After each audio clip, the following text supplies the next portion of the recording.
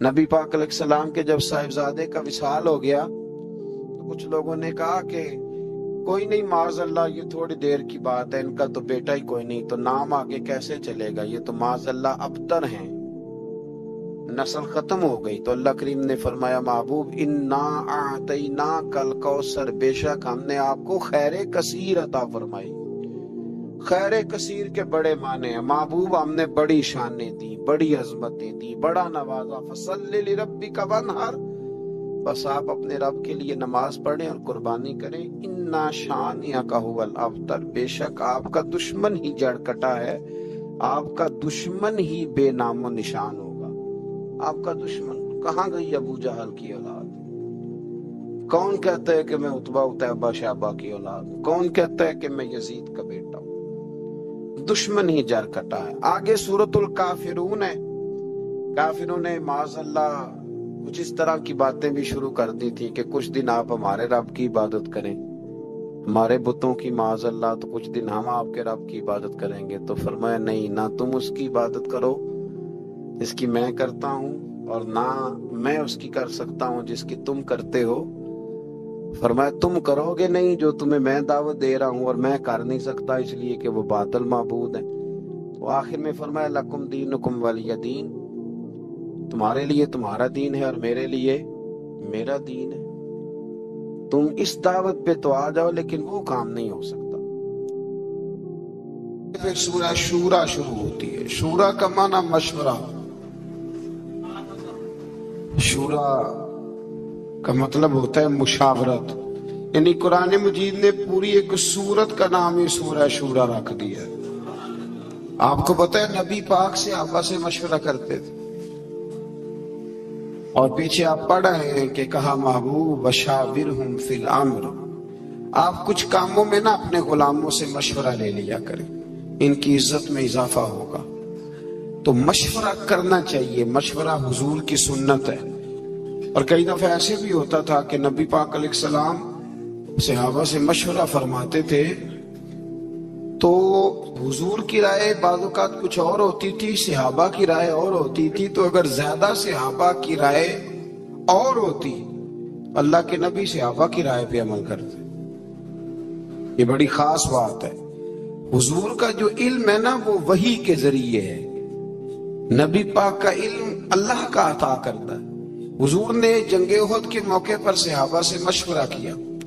حضور نے فرمایا کہ میرا تو ارادہ یہ ہے کہ اندر رہ کے جنگ لڑی جائے، باہر نہ جایا جائے۔ تو کچھ صحابہ کہنے لگے کہ نہیں، حضور کافر سمجھے گے، ڈر گئے۔ تو ہم نے بدر میں ان کو بھگا دیا تھا جب 313 تھے، تو اب تو ہم 1000 کے قریب ہیں، باہر جا کے لڑیں گے۔ تو نبی پاک نے فرمایا ٹھیک ہے، جیسے تمہارا مشورہ۔ باہر گئے، پر اس جنگ میں نقصان ہوا، تکلیف ہوئی، لیکن کہیں یہ حوالہ نہیں ملتا کہ حضور نے فرمایا میں نے تمہیں کہا تھا نا نہیں باہر جانا، یہ حوالہ نہیں ملتا۔ ہمارے ہاں پہلے تو مشورہ لیتے نہیں، اور پھر دوسری بات مشورہ دینے والے کو سمجھنا چاہیے کہ میں مشورہ دے رہا ہوں، حکم نہیں دے رہا۔ مشورہ قبول بھی کیا جا سکتا ہے، رد بھی کیا جا سکتا ہے۔ میں پیچھے آپ کو 22ویں پارے میں بتایا ہوں کہ حضرت ابو بکر، عمر، عثمان و علی، طلحہ و زبیر کے بھی خندق میں مشورے تھے، پر نبی پاک نے بات حضرت سلمان فارسی کی پسند فرمائی تھی۔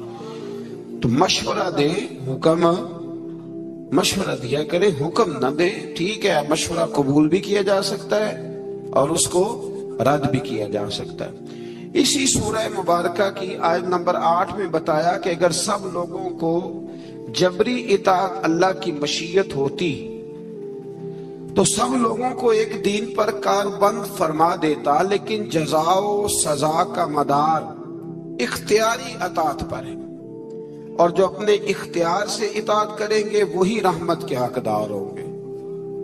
فرمایا میں چاہتا تو تمہیں مجبوراً کلمے پڑھا دیتا، مجبور کر دیتا نماز پڑھنے پر، میں نے تمہیں عقل اور شعور دیا ہے۔ مرضی سے اطاعت کرو گے تو میں تمہارے اوپر رحمتوں کا نزول فرماؤں گا۔ اور ایک بات سمجھ لیں آپ، یہ بات سمجھ لیں آپ کہ مذہب اسی کا ہے کہ انسان اپنی مرضی سے نیکی کرے۔ لوگ کہتے ہیں نا جی مجھے مطلب کوئی گردن سے پکڑ کے نیکی کرائے، تو وہ نیکی تو نہ ہوئی۔ وہ تو آپ اونٹ کی ناک میں بھی نکیل ڈال دے تو وہ بھی پیچھے چلنے لگ جاتا ہے. پھر انسان کا اور جانور کا فرق کیا رہا؟ اسی طرح کچھ صاحب کہتے ہیں جی حضرت صاحب کی نظر ہو جائے تو سارے کام. بھئی حضرت صاحب نے رستہ بتانا ہے. اللہ کے رسول سے بڑی کسی کی نظر نہیں تھی پر حضور بھی رستہ ہی بتاتے تھے. حضور نے یوں نظر ڈال کے کوئی اثر کر کے لوگوں کو کلمہ نہیں پڑھایا. حالانکہ میرے محبوب کی نظر کی تو کیا ہی بات ہے. ہم لوگ نظر عنایت کا معنی بھی غلط کرتے ہیں. نظر عنایت کا یہی معنی ہے کہ جو تجھے کچھ دے رہا ہے نا وہ تجھے تبلیغ بھی اس طرح کی کرے کہ تیرے دل میں اتار دے اور پھر تیرے لیے دعا بھی کرے. یا اللہ جو میں نے کہا ہے نا اس پر فضل فرما. اسی کو نظر عنایت. اب اگر نظر عنایت کا یہ ترجمہ کریں کہ مجھے رسیاں ڈال دی جائیں اور نظر اس طرح کی ہو کہ مجھے کھینچ کے مسجد میں پیر صاحب پہنچائیں تو یہ معنی غلط ہے. اللہ فرماتے ہیں میں جبراً اطاعت نہیں کراتا, میں اختیار دیتا ہوں. کہتے ہیں نظر کرم کرے میں نمازی بن جاؤں. وہ خدا کے بندو, نمازی بننے کے لیے آپ کے پاس دیکھیں نا, آپ ایم اے کر لیں, پی ایچ ڈی کر لیں, ایم فل کر لیں, ایم بی بی ایس کر لیں, پر قیامت کے دن جو نماز کا سوال ہوگا اس کا تو پہلے سے پتہ ہے کہ نہیں؟ ماں باپ کو راضی رکھنا چاہیے, اس کا پہلے سے پتہ ہے کہ نہیں؟ اس کے لیے کسی شخص کا پروفیسر, لیکچرر, عالم, فاضل, انجینئر ہونا ضروری؟ تو اللہ جبراً اطاعت نہیں کراتا, عقل دیتا ہے, عقل کے مطابق چلے. آیت نمبر 10 سے اختلاف کی صورت میں اللہ تعالیٰ کی طرف رجوع کرنے کا بیان ہے کہ جب حالات بالکل ہی سمجھ میں نہ آئے تو پھر رب کی بارگاہ میں عرض کرو کہ یا اللہ ہدایت کا رستہ واضح فرما. پھر اللہ کرم فرماتا ہے جو آخرت کی جزا کے طلبگار ہیں ان کے لیے آخرت کی نعمتوں میں اضافہ ہوگا, اور جو صرف دنیا کے طلبگار ہیں ان کا آخرت میں کوئی حصہ نہیں ہوگا. ایک بندہ سویرے دکان پہ جاتا ہے تو اس لیے سے جاتا ہے کہ میں نے کھول کے مال کمانا ہے. اس نے دنیا کمائی, اس کا آخرت میں کوئی حصہ نہیں. لیکن ایک بندے نے سویرے دکان کھولی کہ میں رزق حلال کماؤں گا, میں لوگوں کے سامنے ہاتھ پھیلانے سے بچوں گا, اور پھر جو کماؤں گا نا اس میں اللہ کے غریب بندوں کی مدد بھی کروں گا. تو اب اس دکان کھولنے میں آخرت کا حصہ بھی شامل ہو گیا. ہم نے بہت ساری نیتیں, بہت سارے ارادے صرف دنیا داری کے کیے ہوئے. دنیا داری, میں مذہبی ماحول کا آدمی ہوں تو مجھے محافل پہ جانے کا موقع ملتا ہے. بڑے بڑے شاندار بورڈ لگواتے ہیں لوگ, ان میں تصویریں لگاتے ہیں. تو محفلیں کرانے والے بھی کئی نمازی نہیں. میں کئی دفعہ پوچھتا ہوں کہ یار یہ اس کو کیا سمجھتے ہو, مثلاً اتنے بڑے خطیب کی تم نے تقریر کرا لی ہے اور تم نماز تک نہیں پڑھتے, تو کوئی رسم تھوڑی ہے.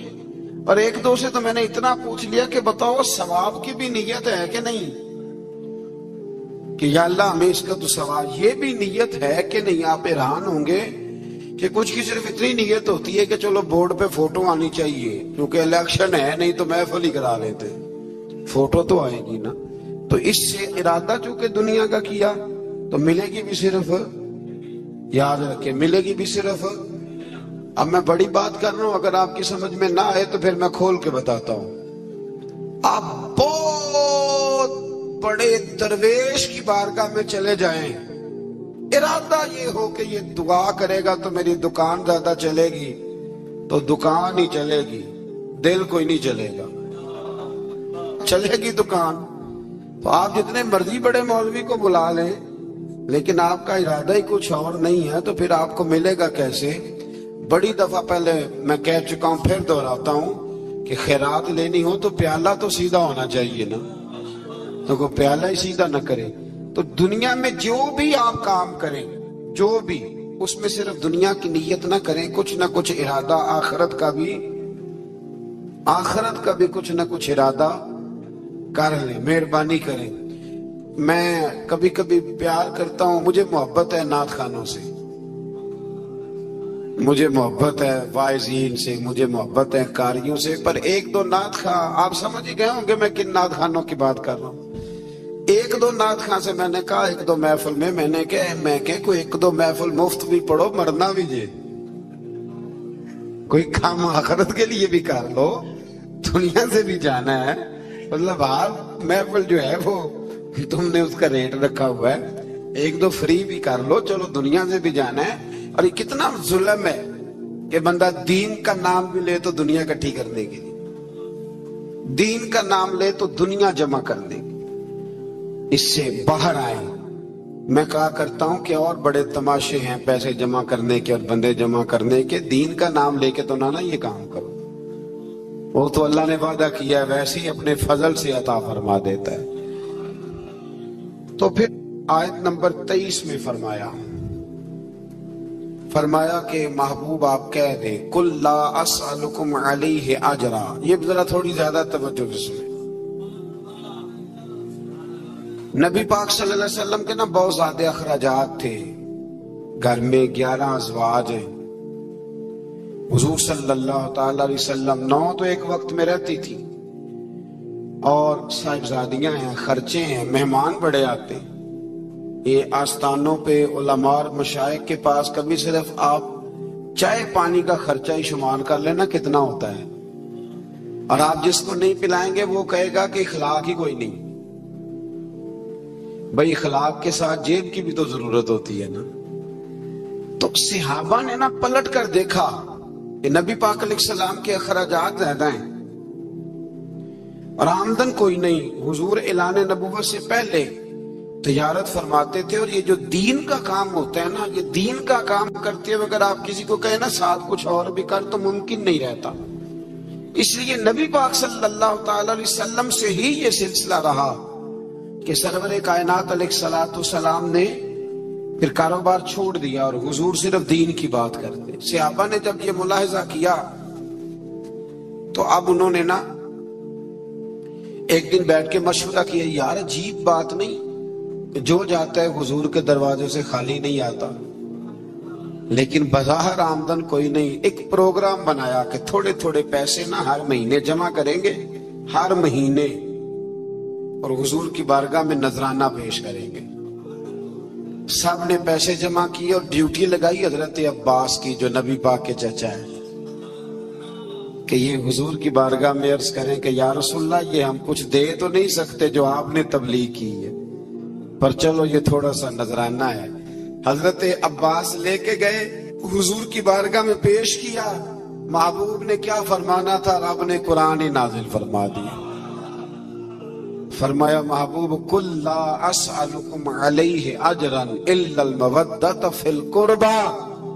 ان سے فرما دو کہ طائف میں پتھر کھانے سے لے کر احد میں دانت شہید کرانے تک میں نے تمہارے لیے بڑی محنت کی ہے، پر میں تم سے کوئی اجر نہیں مانگتا.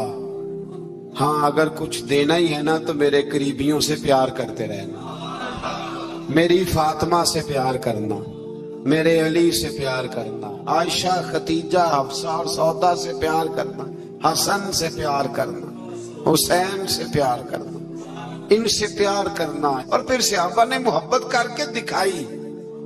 انہوں نے پھر اس آیت پر عمل کر کے دکھایا. جب صحابہ میں وظیفے بانٹ رہے تھے نا حضرت عمر کے زمانے میں، تو سب کو 25-25 ہزار دینار ملے. حضرت عمر کے صاحبزادے عبداللہ ابن عمر بدر میں بھی شریک تھے، احد میں بھی شریک تھے، خندق میں بھی انہیں 25 ہزار ملا. حسن حسین کی باری آئی تو عمر نے 50 ہزار دینار دیا. حضرت عمر کے بیٹے نے گھر جا کے اماں سے شکایت کی کہ اماں میں تو نبی پاک کے زمانے میں جہاد کرتا تھا تو حسن اور حسین تو بچے تھے، تو آج وظیفے دینے کی باری آئی ہے تو ابا نے ان کو زیادہ دیا، مجھے کم دیا، تو میری تو ضرورت نہیں، تو آپ بات کریں. تو اماں نے بھی بڑے طریقے سے لے کے حضرت عمر سے بات کی، چونکہ ڈائریکٹ تو شیر کے قریب جاتے ہی کوئی نہیں نا، آپ کو پتہ. بڑے طریقے سے نا دائیں بائیں ہو کے بڑے سلیقے سے کہا. بچہ یہ بات کہہ رہا تھا تو حضرت عمر کہنے لگے چل پتر کے پاس چلتے.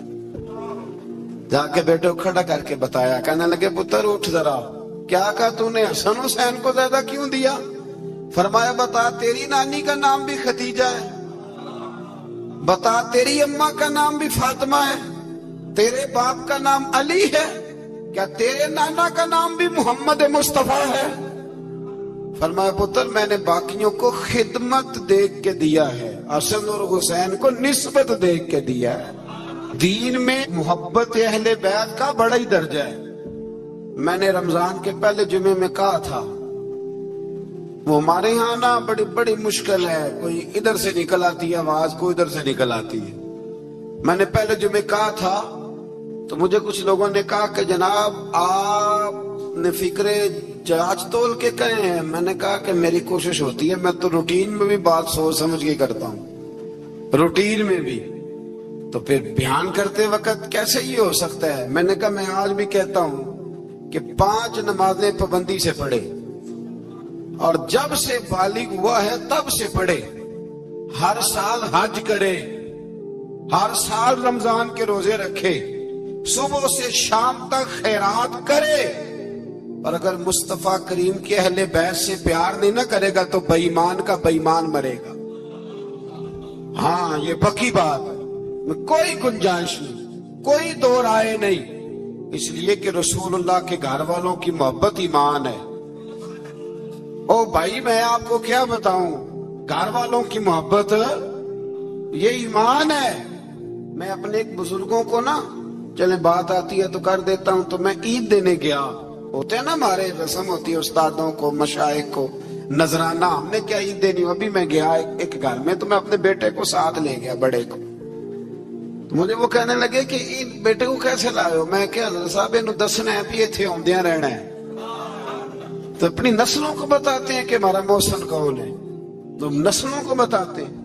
تو یہ یاد رکھیں کہ یہ کیا بات ہوئی کہ آپ کہیں کہ جی ٹھیک ہے جی یہ بھی ٹھیک ہے تو وہ بھی ٹھیک ہے، نہیں، ٹھیک یہی ہے کہ جس کا رسول اللہ کی اولاد سے پیار ہے اس کا ایمان مضبوط ہے۔ یہی سبق حضرت ابو بکر صدیق نے پڑھایا ہے، یہی سیدنا فاروق اعظم کا درس ہے۔ ایسے ہی عثمان غنی اتنے بڑے مالدار ہو کے رسول اللہ کے اہل بیت کے گھر میں جھاڑو دیا کرتے تھے، حضور کے سین میں جھاڑو دیتے تھے عثمان غنی۔ یہ ہمیں صحابہ نے سکھایا ہے کہ رسول اللہ کی اہل بیت کا پیار، اور یہ جو نذرانہ ہے نا، نذرانہ اس کو بھی لوگ بہت بڑا جرم سمجھتے ہیں، بڑا جرم۔ اور میں نے کل دیکھا جی آپ حضرت صاحب کو نذرانہ دے رہے تھے، تو صحابہ اگر نبی پاک کو نذرانہ دیں اور حضور قبول کر لیں تو کہتے ہیں کامل پیر وہ ہوتا ہے جو روٹی بھی نہ کھائے، کپڑے بھی نہ پہنے۔ سید ابو البرکات شاہ صاحب تھے لاہور میں، ان کے پاس گجرات کے یا کسی شہر کے کچھ لوگ گئے، کہنے لگے صاحب کوئی عالم دین دے جمعہ پڑھانا کے لیے، تو حضرت صاحب نے فرمایا کس طرح کا ہو؟ کہنے لگے اگر اچھا پڑھا لکھا ہو تو کیا ہی بات ہے، مسئلہ بھی بتائے تو کیا ہی بات ہے، اور اگر منبر پہ بیٹھے سونا لگے تو پھر تو اور ہی کیا ہی بات ہے۔ تو حضرت صاحب اگر قرآن مجید بھی وہی سنائے نا تراویحوں میں تو پھر اس پہ بھی سونے کا سواد ہے۔ فرمانے لگے چلو بندوبست کر لیتے ہیں، دو گے کیا؟ مانا خدمت کیا کرو گے؟ تو کہنے لگے جی خدمت تو ہم نہیں کر سکتے، غریب لوگ ہیں۔ تو حضرت صاحب فرمانے لگے پھر میں تمہیں ایک عالم کا پتہ بتاتا ہوں، سونا بھی بڑا ہے، قرآن بھی بڑا اسے آتا ہے، باتیں ساری، اور کھاتا پیتا بھی کچھ نہیں۔ کہا وہ کون؟ کہنے لگے جبریل امین کو لے جاؤ، روٹی تو نہ کھائے گا، بس وہ فرشتہ ہے کھاتا پیتا، اس کو لے جاؤ۔ عجیب فلسفہ ہے نا جی۔ اور خدا کے بندو صحیح بخاری کی حدیث ہے، صحیح بخاری، نبی پاک نے حضرت عمر کو کچھ دیا تو عرض کی حضور مجھے ضرورت نہیں، تو نبی پاک نے فرمایا جو بن مانگے مل جائے نا وہ اللہ کی طرف سے ہوتا ہے، اسے رکھ لے۔ تو جب آپ کسی عالم کو، کسی صوفی کو، کسی کو دیتے ہیں تو اس کو سمجھ لیں، میں کوئی ماحول نہیں بنا رہا اللہ کے فضل سے، میں کوئی ماحول نہیں، یہ باتیں کرتے ہوئے ڈر بھی بڑا لگتا ہے نا، لوگ جدھر مرضی بات کو لے جاتے ہیں، میں کوئی ماحول نہیں بنا رہا۔ اور اللہ کے فضل سے وہ جو میرے پیر بھائی ہیں نا، یہ جو ہوتے ہیں نا مرید اور شاگرد، ان کا درجہ اولاد کا ہوتا ہے، تو بچے سے تو بندہ حکمن بھی لے سکتا ہے نا، لیکن الحمدللہ تعالیٰ میرے پیر بھائی آپ کو ایسی کوئی بات نہیں کبھی بتائیں گے، اللہ کے فضل سے نہیں بتائیں گے۔ اس نے یہ مزاج نہیں دیا، اس نے یہ طبیعت نہیں دی، اس نے یہ رنگ نہیں دیا، یہ ذوق نہیں ہے ہمارا، ہمیں سکھایا نہیں گیا۔ تو ایسی کوئی بات نہیں، کوئی کو ماحول بنانا نہ سمجھے، اس کو کوئی بندہ ماحول بنانا نہ سمجھے، لیکن جو بات درست ہے وہ درست ہے۔ علماء کی، مشائخ کی، بزرگوں کی، جہاں جہاں آپ ہیں آپ وہاں ان کی خدمت کرنے کی کوشش کریں۔ اللہ کے بندے کو اللہ کا بندہ سمجھ کے جب خدمت کرتے ہو تو اللہ راضی ہوتا ہے، اللہ اس سے راضی ہوتا ہے۔ اللہ توفیق عطا فرمائے۔ اس سے آگے چلتے ہیں دی آیت نمبر 27 میں بتایا، یہ سورہ شورا کی آیت نمبر 27 میں، اس میں جو مضمون ہے وہ بڑا شاندار ہے۔ غریب بندے ذرا توجہ سے سنیں یہ آیت، غریب بندے سنیں اللہ کریم کیا فرماتے ہیں۔ آیت نمبر 27 میں فرمایا وَلَوْ بَسَطَ اللَّهُ الرِّزْقَ لِعِبَادِهِ لَبَغَوْا فِي الْأَرْضِ، فرمایا اگر اللہ کشادہ کر دیتا تمام بندوں کا رزق، سب کو زیادہ روزی دے دیتا تو زمین میں وہ سرکشی کرنے لگ جاتے۔ اللہ تعالیٰ فرماتا ہے کہ وہ اندازے کے مطابق دیتا ہے، جس کو جتنا چاہتا ہے عطا کر دیتا ہے۔ تو اگر اللہ، یاد رکھیں بہت سارے لوگ ہیں اگر ان کے پاس پیسہ آ جاتا وہ بغاوت کرتے۔ پیسہ ہمیشہ اچھا نہیں ہوتا، اس کو اللہ کا فضل بھی کہا گیا ہے۔ تو آپ اس بات پہ راضی رہے، جتنے پیسے ہمارے لیے اچھے تھے اللہ نے اتنے ہمیں دے دیے، اور جو ہمارے لیے ٹھیک نہیں تھے وہ رب نے ہمیں نہیں دیے، یہ یاد رکھ لیں۔ پھر اللہ تبارک و تعالیٰ نے آیت نمبر 33 میں فرمایا کہ سمندروں میں رواں دواں پہاڑوں کی مانند جہازوں کو ہم نے بنایا ہے، انہیں دیکھو گے تو تم انہیں ہماری نشانیاں پاؤ گے، اور وہ اپنے رب پر ہی توکل کرتے ہیں اور کبیرہ گناہوں سے اور بے حیائی کے کاموں سے بچتے اور غصے کے وقت معاف کرتے۔ وہ یہ اللہ فرما رہا ہے کہ اس کے بندوں کی شان یہ ہے کہ معافی کب دیتے ہیں؟ غصہ کرنے کے بعد معافی مانگنے کی بات نہیں ہو رہی، غصے کے وقت وہ معاف کرتے، اور فرمایا اللہ تعالیٰ کے حکم کو قبول کرتے اور نمازوں کو قائم کرتے۔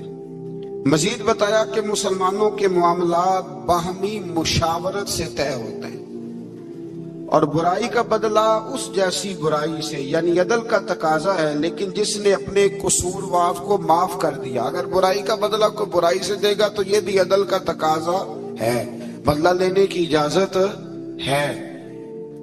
کسی نے آپ کو برا کہا تو آپ نے بھی برا کہہ دیا، اجازت ہے، لیکن فرمایا اگر معاف کرو گے تو پھر تمہارا اجر اللہ کے ذمے ہے۔